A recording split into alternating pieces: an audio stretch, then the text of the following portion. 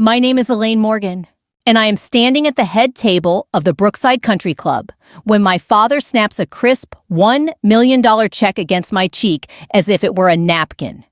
"How much does a Navy SEAL even make?" he says loud enough to stir the chandeliers. My stepmother leans back, lips tilted. Deadbeat. Silverware stills. Then the double doors open. A 3-star general walks in, steps over the fallen check, salutes me, and says, "Sir, this SEAL saved 22 lives in Iraq, including your son." Somewhere to my left, a fork hits the carpet. The room holds its breath. I hold mine with it. I've rationed air before under surf that needled bone in stairwells that smelled of smoke and cordite, and here under chandelier light in Ohio. I refuse to touch my cheek. Paper can sting, but it cannot bruise what's already scarred. My story didn't start under chandeliers.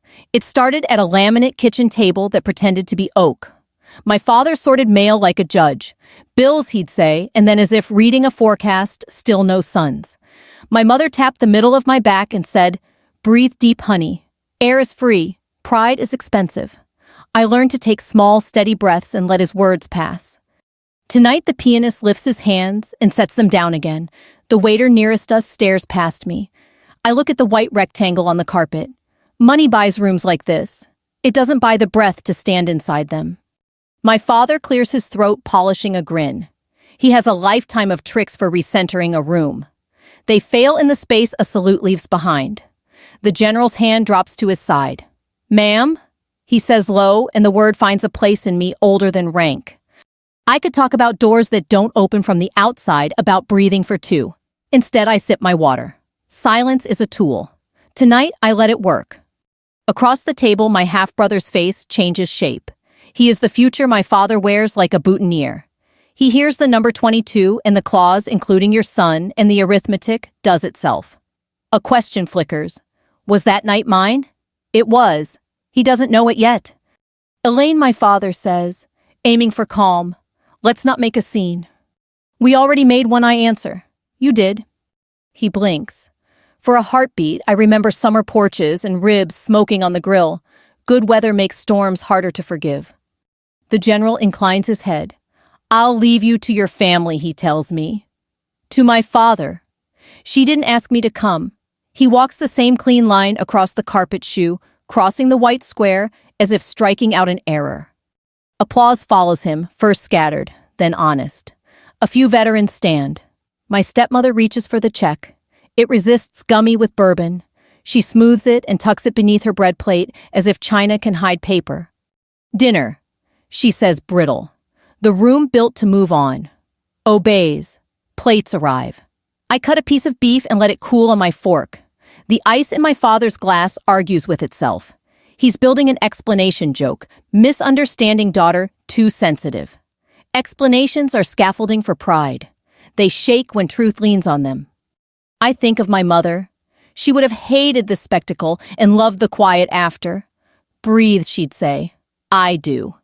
The breath goes past the sting in my cheek to the place where old words still live, not a son. When coffee comes, my brother speaks careful. "Dad, he says she pulled me out." He doesn't add from where. The room supplies fire smoke, a door that wouldn't open. He turns to me and offers a small plain nod. Not a salute, just thanks. My stepmother's smile falls. My father's mouth makes no sentence. He picks up the tiny white square I folded without thinking, then sets it down as if it burns. We scatter. The pianist finds Gershwin, chairs scrape. Someone laughs too brightly. I sign my portion of the bill. There are debts here I won't owe and favors I won't spend. In the foyer, the manager touches my elbow. "Ma'am," he says, awkward and sincere. He begins a sentence on behalf of someone and lets it die. We settle for a nod. Outside, the air smells like lemon polish and cold. Engines murmur under the portico. I breathe the way Mom taught me, down to the ribs, hold, release. Behind me, my father's laugh tries to restart, then quits. Pride is expensive. Tonight, he made a payment. The valet brings my car. I take the keys and don't look back. Tomorrow, there will be calls and a text from my brother. Maybe a visit from a man who has never learned to say I'm sorry without adding a reason. Tomorrow can wait. For now, I drive through town, the way you drive after a storm, careful of hanging branches, grateful for anything still standing. Storefronts throw warm rectangles onto the sidewalk. At a red light, I study my face in the rear view. The cheek is pink where the paper landed. The eyes look like my mother's, older than they should be clear. People will try to find the moral in a single scene, the check, the general, the fork. But the truth is longer than one room. It runs through years of quiet, through tables that pretend to be oak, through choosing to keep breathing when the air thins. It runs through doors that open because you make them. I turn toward home. The road is black and patient. Somewhere a fountain keeps pretending to be a waterfall. In the quiet between stoplights, I hear again the sound that cut the evening clean metal on china, then carpet. A fork falling is a bell. It calls the future to order. The fork's echo didn't begin at Brookside. It started years earlier at a laminate table in a small Ohio kitchen. Dad sat at the head like a judge with junk mail for cases and disappointment for law. Bills, he'd mutter, then announce a forecast only he could hear, still no sun. Mom would touch the middle of my back, reminding me I had a spine. Breathe deep, honey. Air is free, pride is expensive. She was a nurse who believed in small mercies. Clean sheets, warm soup, the right word before school. Dad believed in big things. You could show off lawn stripes, polished chrome, and air to carry his name. He didn't hit, he measured. Every day he stacked me against a vacancy and called the emptiness proof. In third grade, I taped a watercolor ocean to the fridge. He glanced once. Can't hang a football trophy if you don't have a son. A hairline crack opened and never closed. Running became my weather break. On the track, the world widened and his voice thinned. Dad came to one meet left at the 2 mile to compare trucks in the lot. Later, he patted my shoulder like a reflex. Proud of you, he said the way people say, bless you to a stranger. I learned the difference between blessing and belief. Mom's illness arrived as a cough that wouldn't leave. The house shrank to the size of an oxygen hiss.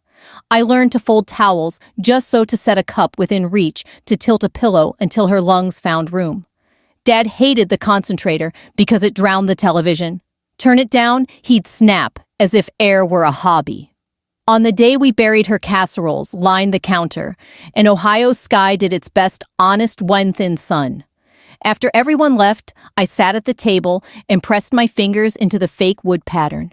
It didn't give. 3 months later, the kitchen turned Harbor Gray. Mom's recipe cards went into a bin marked Misk. He remarried a woman who smelled like candles and said, actually, a lot. She toured the house like a realtor and curated the photos, which meant Mom's face slid to a hallway and mine tilted on a side shelf. When she gave Dad a son, neighbors brought blue balloons and praise that sounded like relief. Dad held the baby like an answer. I became someone to step around. Invisible children learn the floor plan by heart. I knew which stairs creaked and when to leave for school to miss the driveway parade. The library became my second home. I read biographies of women who crossed oceans and nurses who crossed battlefields. I copied lines into a spiral notebook because no one could take that grade away. I joined JROTC. Dad called the uniform cute, the drill team practice marching for pageants. The retired sergeant who inspected us said, discipline makes room for courage. I put his words in the same pocket as Mom's. Holidays turned into productions, matching pajamas, themed cookies, a camera always ready for the air's firsts. Dad bragged that his boy rolled over early, sat early, stood early as if gravity had given him a discount. He never noticed that I fixed the leaky toilet patch drywall, learned torque by feel. There are no trophies for quiet competence. There should be. Senior year, I won regionals in the 400. The coach said college might pay for my legs if I kept pushing. Dad grilled a steak and talked about a sensible apprenticeship. Sensible sounded like a fence with his name on it. One Saturday, my stepmother laughed. Maybe she'll marry a soldier since she can't be one. My fork scraped porcelain. The sergeant's words met Mom's, and the space between them clicked into a doorway. I met a Navy recruiter. He didn't blink when I said I wanted more than a job. You'll be tested, he said, again and again. I signed my name and felt the laminate table of childhood loosen its grip. Dad didn't come to MEPS. He texted, "Do something sensible." I rode a dawn bus east, while fields turned to water and water to sky. At the induction station, a kid asked if girls could even do push-ups. I did 20, while the corpsman finished a donut and told him to count. If you want to know why a girl chooses a path that eats its weak, it's simple. People kept telling me what I wasn't. I needed to find out what I was. The Navy didn't care about Dad's air or brushed nickel knobs. It cared whether I could count breaths in cold water and refuse the bell. The first time a chief shouted 6 inches from my face, something in me relaxed, finally a language that was merciless and fair. Back then, I didn't call it escape. I called it oxygen. Home had been tight air for so long that even bus exhaust outside the processing center felt honest. I mailed a postcard to the address that no longer felt like mine. "I'm okay," breathing deep. No one wrote back. That was fine. Letters had never delivered what I needed. Years later, people at Brookside watched a scene, check slap, General Fork, and thought the moral arrived in one night. But nights like that are built from years. No one claps for a nurse mother teaching breath. A girl running until the wind kept what it wanted. A teenager memorizing the creak in the 4th stair. A young woman choosing to be measured by effort instead of appetite. Dad called uniforms embarrassing. I called mine the first honest thing I ever wore. He wanted a son, so his story would read neat. I became the footnote he tried to edit out. Footnotes outlive headlines.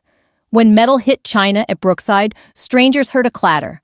I heard a hinge the door I'd been pushing since childhood finally swinging open. In the ledger, I kept private, maybe petty, but mine, I tallied. What couldn't go on a mantle, miles before dawn, textbooks finished with the TV too loud, drills repeated in an empty gym, breaths counted through fear. By the time I left for basic, my balance sheet showed something Dad couldn't total. I existed without his applause. I could carry weight he never tried to lift. If there's a chapter between innocence and decision, this was it. The part where you notice the table is fake and eat anyway, where you learn to love quiet more than cheer, where you choose the road that asks for everything and gives back a self you can live inside. People think patriarchy is a shout. Most days, it's a sigh that teaches you to shrink. I learned to expand instead, one lungful at a time. So when the fork fell under the chandeliers and the room finally did its math, I didn't need to speak. The proof had been accruing for years, compounding like interest on a long, quiet investment. The check was paper. The salute was air, an air my mother promised would always be free even when pride tried to charge for it. The Navy stripped me down to bone and rebuilt me in steel. Boot camp was just the first taste. The true crucible was Bud S, where candidates are broken into sand and salt and rebuilt or not at all. Hell Week has a way of asking you questions you didn't know you had to answer. Men twice my size folded like laundry in the surf. I stayed not because I was stronger, but because quitting would have been handing Dad his final word.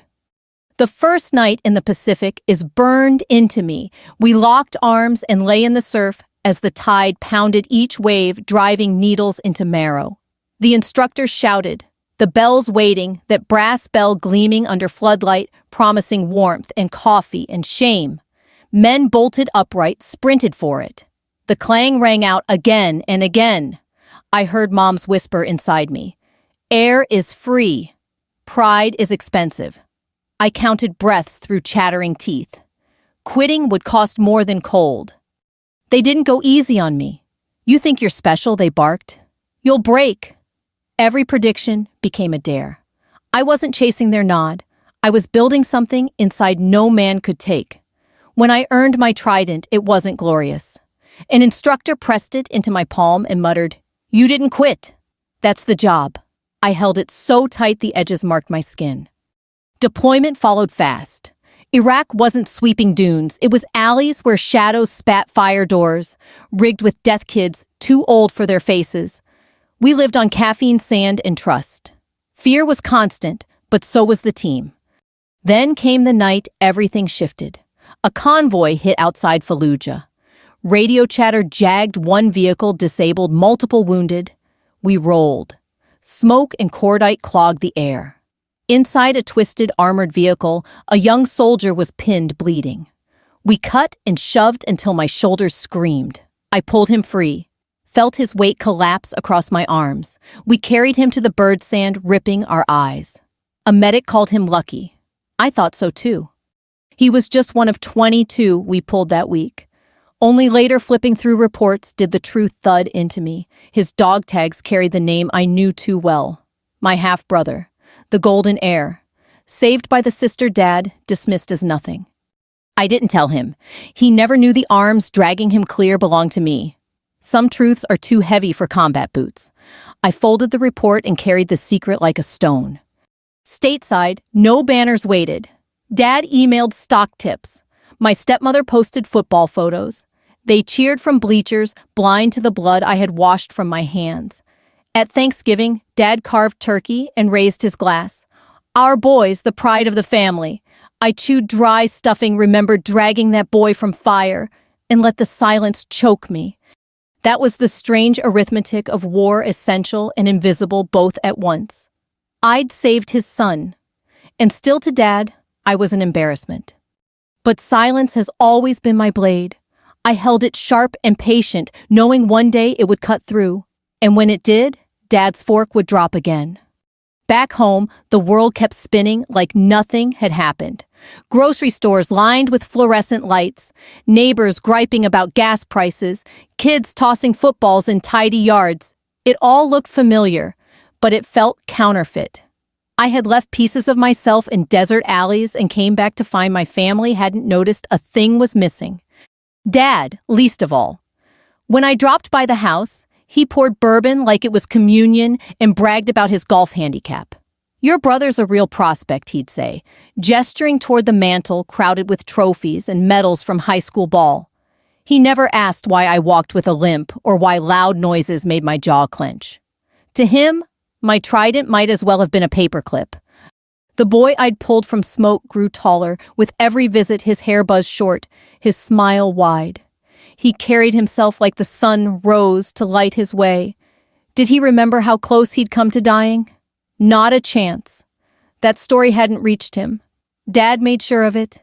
To him, I was still the daughter good for an occasional holiday card, but not much else. I carried my secret like contraband. In the quiet of my barracks room, I unfolded the report, sometimes tracing my finger over his name, remembering the night I'd dragged him free. I kept my silence. That was the job. Wasn't it, Carrie? What others can't. But silence is heavy. At family gatherings, I sat at the far end of the table, listening to Dad toast our boy, while stepmother preened like a queen with her heir. I bit my tongue until it bled. The world outside my family saw me differently. On base, other SEALs nodded at me with respect. In town, a few veterans from older wars shook my hand. But at Dad's house, I was a ghost. Stepmother hung new drapes, planned new parties, posted photos of their perfect life. In those photos, I was always cropped out if I was there at all. Years stacked like bricks. I built a life outside them, friends who'd bled beside me, quiet mornings with black coffee runs that cleared the fog from my head. Still, sometimes in the dead of night, I heard Mom's voice. She wanted you to love the family. You had not chased the one you imagined. That truth cut sharpest when I watched Dad beam at my brother as though he were carved from gold. Then the invitation came. Heavy cardstock, gold lettering engraved like a verdict celebration dinner, Brookside Country Club. An event to honor my brother's achievements. My name was printed at the bottom, almost like an afterthought. I called Dad. What's the dress code? He chuckled low and smug. Try not to embarrass us. Leave the military talk at the door. The words landed like a shove. Embarrass them. After everything. On the night of the banquet, I wore a plain black dress, nothing flashy. Inside the lining, I pinned a small ribbon, my private defiance. Brookside smelled of steak and hydrangeas. Crystal chandeliers threw light across linen-draped tables. A pianist played Sinatra, the notes soft as cream. Guests whispered as I entered, Some smiled politely, others glanced at the way I favored one leg. My stepmother greeted me with a kiss in the air that never touched my cheek. "So glad you could come," she said, already turning away. At the head table, Dad looked every inch the patriarch white teeth, silk tie his arm draped over the golden boy's shoulder. He rose to speak, voice polished as glass. "Legacy," he said, "is what a man builds for his future. Tonight, we celebrate our future." He lifted a crisp check from his jacket. The room hushed. My stomach tightened. "This," he declared, slapping it against my cheek, "is what real success looks like. $1 million. Tell me, Elaine, how much does your uniform pay?" The sting of paper against skin. Gasps circling the room. My stepmother's sneer sharp as glass. Deadbeat. I didn't flinch. Years of sand and fire had taught me to hold steady. I counted breaths like Mom had taught me. 1, 2, 3. Air is free. Pride is expensive. And then the doors opened. Shoes tapped across carpet. A 3-star general entered, ribbons bright on his chest.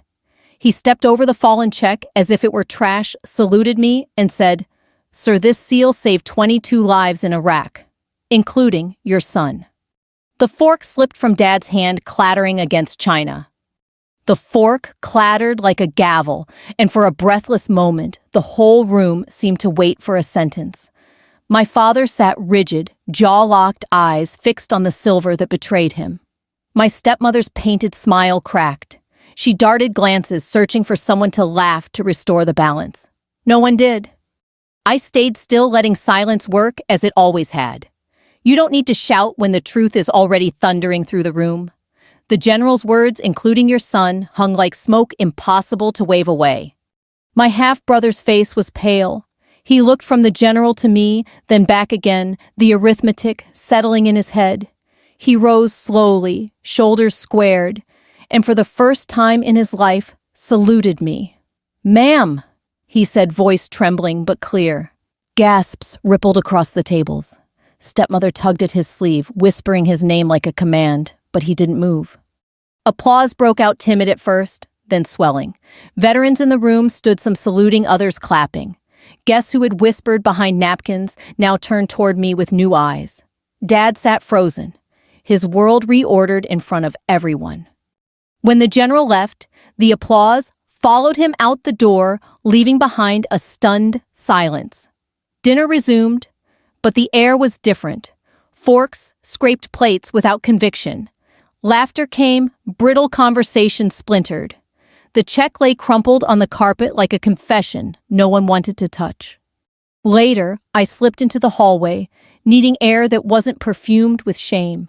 My father found me there, bourbon on his breath.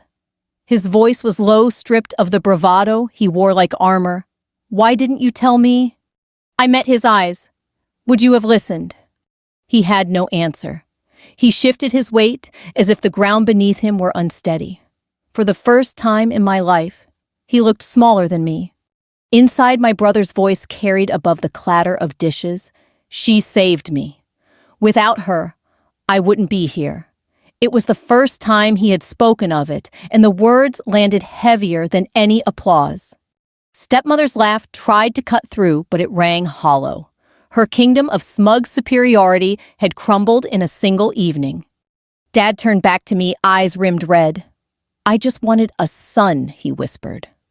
I let the fury I'd swallowed for years rise, but I kept my voice steady.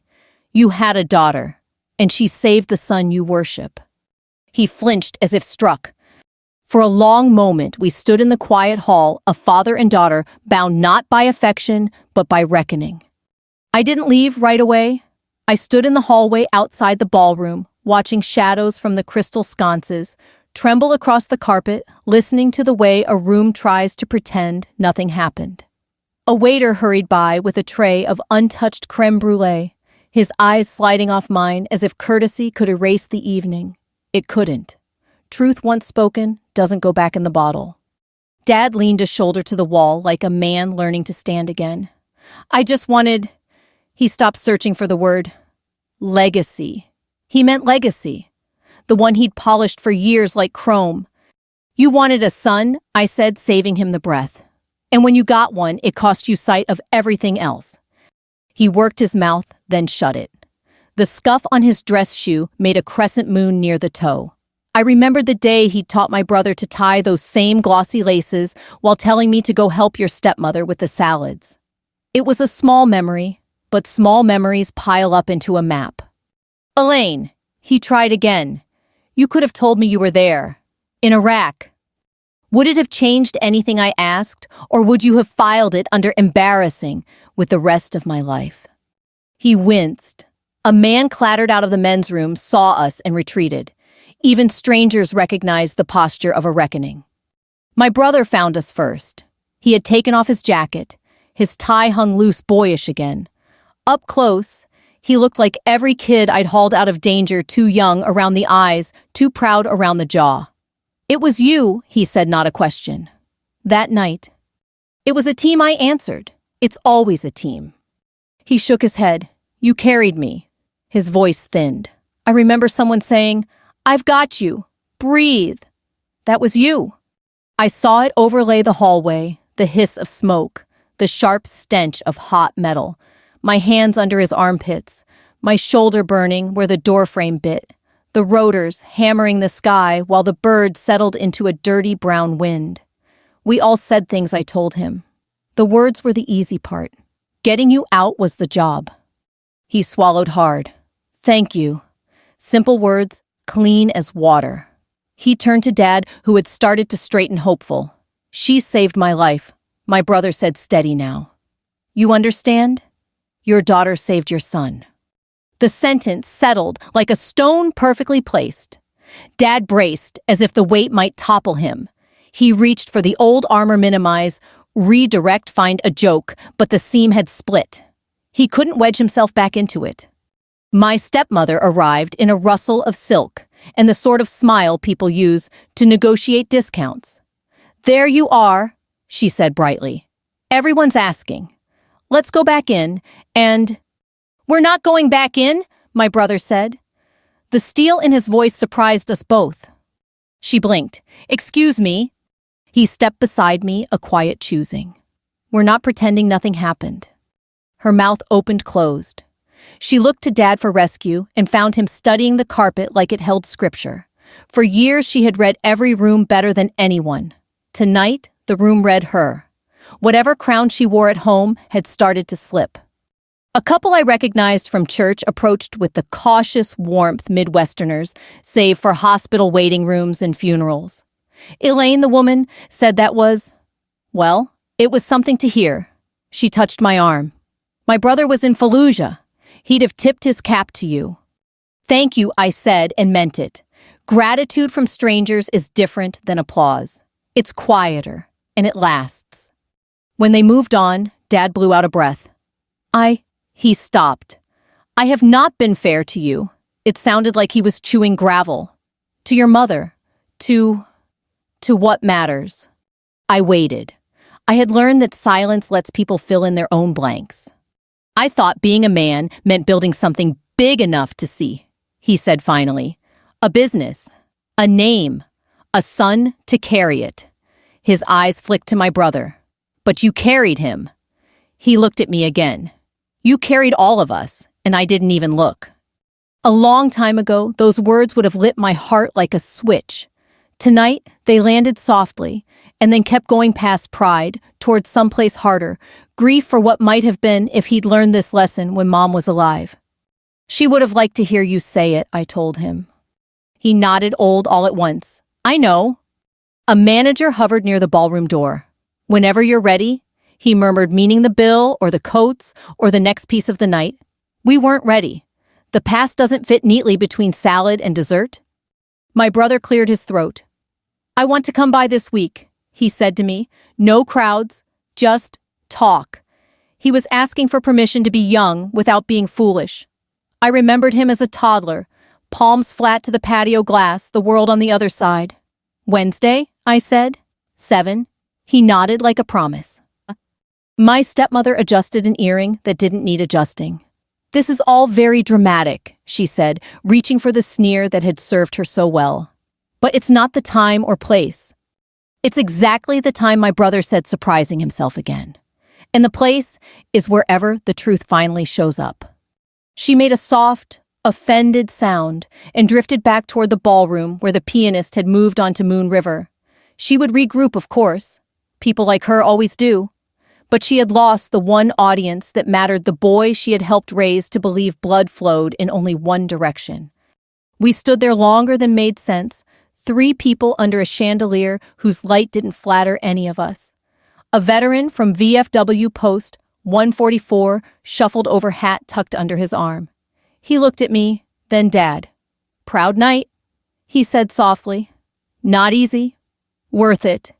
He squeezed my shoulder and kept walking. I watched him go and thought of the long chain of hands that steadies you when family won't. Outside, the cold had a clean bite. We stepped onto the portico together, a strange procession, my father without his armor, my brother without his jacket, me without the weight I'd grown used to carrying. The valet brought cars and averted eyes. Somewhere, a fountain pretended to be a waterfall, and for once, the lie comforted me. It's a good thing to try your best to be what you're not. Dad touched the rail, knuckles white. "I don't know how to fix this," he admitted. "You start by not trying to fix it in public," I said. "You start by listening, by remembering Mom when it's inconvenient, by not using money to measure meaning, by learning your daughter's face when she's not in uniform." He nodded, taking the list like orders. He had always understood orders. He looked at my brother. "You going with her?" "For a bit," my brother said. "I owe her more than a ride." Dad took that like a blow and a blessing. He said to me, "Not to explain, to listen." The word sounded new in his mouth. "Wednesday," I reminded him. "After 7. We parted there. I drove with my window cracked, letting February air scrape the evening clean. My brother followed and parked at the curb outside my place. We sat at my kitchen table with 2 mugs of coffee and a silence that belonged to us. He asked the questions kids ask when they realize cartoons aren't instructions for life. Was I scared? Yes. Did I think of him? No, not then. I thought of air and the next inch. Do I hate Dad? Some days. Most days, I'm tired. He rubbed at his jaw. I looked up to him. "So did I said. "That's why it hurt." We didn't solve much. That wasn't the goal. He left with Wednesday marked in his phone, and a hug he tried to make casual. I watched his taillights turn the corner and felt something loosen. Not a victory so much as a release, the difference between winning a fight and setting down a pack. When my phone buzzed, I didn't need to look to know who it was. "Proud of you," the text read. No signature. She never needed one. I set the phone face down and breathed slow, the way she taught me. Later alone, I took the crumpled check from my purse. My stepmother had smoothed the one on the carpet, but another had found its way into my hand, a duplicate, a prop, a promise. I flattened it on the counter. $1 million is a lot of paper until you hold it up to the light. Then you see the watermarks, the spaces where truth shows through. I slid it into a drawer with the takeout menus and rubber bands. Some things are valuable only if you let them be. I washed my face, turned off lights, and stood in the doorway to the dark. The house hummed refrigerator furnace pipes negotiating with winter. Normal sounds trustworthy. I pictured Dad in his big, quiet house, the mantel crowded with trophies, the space where a photo used to hang.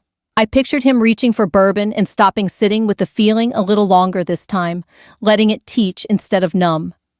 The next days would bring headlines in the local paper, shy nods in the produce aisle, perhaps a sharper look from the country club crowd. None of that mattered as much as Wednesday, and whatever came after. Reckoning is not a single night. It's a narrow road with room for one car at a time. I turned the deadbolt, then undid it, then turned it again, smiling at the ritual. Safe. Not because the world promised it, but because I had learned to build it breath by breath, boundary by boundary. In the dark, the sound rose again, as clear as if I were back beneath the chandeliers, metal on china, then carpet. A fork dropping, a bell calling class into session. Tomorrow, we'd start to learn. Wednesday came, dressed like Ohio itself. Gray skies, honest wind, a stubborn chill that makes coffee taste better. I spent the afternoon doing small things that felt like laying ground, sweeping the porch, wiping the kitchen table, setting out 2 clean mugs. It wasn't ceremony, it was respect for the conversation that needed to happen in a room without chandeliers. At 6:58, a car door thumped. I watched through the front window as Dad stood on my walk hands, empty shoulders squared in a way that looked borrowed from someone braver. He didn't knock right away. He looked at the trim, the porch light, the flagstone I laid last spring, as if he were trying to memorize where contrition belongs. Then he knocked 3 soft taps that barely reached the other side of the door. I opened it. He tried a smile and thought better of it. "Elaine," he said my name like a gravel road. "Come in," I answered. His eyes swept the room, taking in what rich men often miss: a clean sink, a good cast iron pan, the lemon smell of a floor someone actually mops. He sat at the kitchen table the same way he used to sit at our old laminate altar, but he kept his back from leaning like he did then, as if pride couldn't find its usual chair. I brought something, he said, and reached into his coat. For a heartbeat, I braced for paper, the same thick white of a check. He pulled out a rubber-banded stack of cards instead. Faded index cards, edges soft from use. My mother's handwriting ran across them in blue ink. Meatloaf, add a splash of milk. Chicken noodle, don't skimp the thyme. Birthday cake, double the vanilla. I found them in a bin marked Misk, he said, and the word broke in his mouth. I should never have put her in a box. I took the stack, felt the weight you can't measure. Thank you, I said, because gratitude is a discipline, not a feeling. I set the cards on the table between us, their corners pointing us toward a better conversation. I've been trying to practice listening, he said. It isn't as easy as talking. He tried a laugh. It died fast. At Brookside, when the fork fell, he stopped, shook his head. It wasn't the fork. It was everything I'd pretended not to hear landing at once. I let the quiet stretch. In that silence, you could hear the hum of the fridge, the low tick of the furnace, the real life he had stepped around for years. I wanted a son, he said finally. I thought legacy meant a name on a truck, a picture on a wall, someone to stand where I stood and be applauded for it. I told myself it was about the family, but it was about me. A son is a mirror, I guess. He looked at me, and his eyes were not the eyes he took to Rotary luncheons. You saved my son. You saved my life even if you didn't plan to. And you did it without asking me to clap. I folded my hands around the warm rim of my mug. Mom used to say pride is expensive, I said. You've spent a lot. He nodded, accepting the bill. I don't know if I'll ever pay it off. That isn't how it works, I said. You don't make it even. You change. His face crumpled a little at the word. Change is a long road for a man who thought every mile marker had his name on it. Tell me how he said. It was the most honest sentence he'd ever spoken. Start by not measuring people with money, I said. Start by remembering a daughter is not a lesser son. Start by saying my mother's name out loud and meaning it. Start by showing up when there isn't a banquet. He nodded after each start like a penitent taking notes. I can do those, he said, and for once, he didn't look like he was negotiating. Also, I added, you can stop asking me to leave my life at the door. My uniform isn't a party trick. It's a life. If you can't handle the stories, handle the silence without calling it embarrassment. I'll try, he said. I won't be perfect. I know, I said. Neither am I. We sat with that truth. He glanced at the recipe cards again as if their ink could absolve him. She would have loved this kitchen, he said, eyes roaming the shelves. All this light. She would have, I agreed. She liked rooms where you could breathe. He swallowed. I'm sorry, he said finally. Not the shallow kind with reasons packed behind it like bodyguards. Just the 2 words laid down like tools after a long day's work. I am sorry for the things I said to you, for the way I used your mother's love up and called it not enough, for making you pay for the son I wanted. Forgiveness isn't a receipt, it's a practice. I didn't feel a swell of music. I felt something settle into the right place, like a bone after a good reset, still sore, but true. I'm willing to keep the door unlocked, I said. That's what I can give right now. He nodded, a man grateful for entry into his own life. Thank you. My brother arrived at 7:15 with a bag of diner pie and the unsteady energy of someone eager to fix what he can and scared of what he can't. He hugged me first, then shook Dad's hand, like equals meeting for the first time without a referee. We ate pie from paper plates. My brother asked questions. Did I think of him that night? Not by name, I told him. I thought of breath and metal and the next inch. He asked if I was scared. Every mission I said, but fear didn't get a vote. He looked at Dad, then not asking permission anymore. I was wrong about a lot of things, he said. I let myself be the only story in the room. He glanced at me. I'd like to learn the others. Good, I said. Start with hers. And I tipped my head toward the stack of recipe cards. He read chicken noodle aloud and laughed at the don't skimp the time. For a minute, the kitchen sounded like sanity, the kind you build with soup and a wooden spoon. When they left, Dad lingered at the door. I may make mistakes, he said. Old habits. You will, I said. When you do take a breath before you talk, air is free. He smiled, small and younger. Pride is expensive. He finished like a man repeating scripture for the first time because he finally believes it. After the door closed, I washed the mugs and set the recipe cards in a drawer that sticks. A little home is like that. I thought about Brookside and the country club hush, about checks and forks, and men who mistake applause for love. Then I thought about this table, these mugs, the stack of cards saved from a bin called Misk, and a father practicing new words in an old mouth. People will ask for the takeaway as if life were a seminar. Here's mine: measure worth by courage, not by sons. Learn to breathe before you speak. Honor the people who do the work when no one claps. And if you've been dismissed by a parent, a boss, a world that likes its stories simple, don't stop building the long, quiet proof of your life. It accrues. One day the fork drops. One day the room listens. If this story found you at the right time, do me a favor. Share it with someone who needs the reminder that dignity doesn't come from a check, a last name, or a seat at the head table. If you want more stories that breathe like real life about second chances, hard reckonings, and the kind of love that survives pride, stick around. Subscribe. Leave a comment. Tell me what part of this sounded like your family. We grow stronger when we say these things out loud.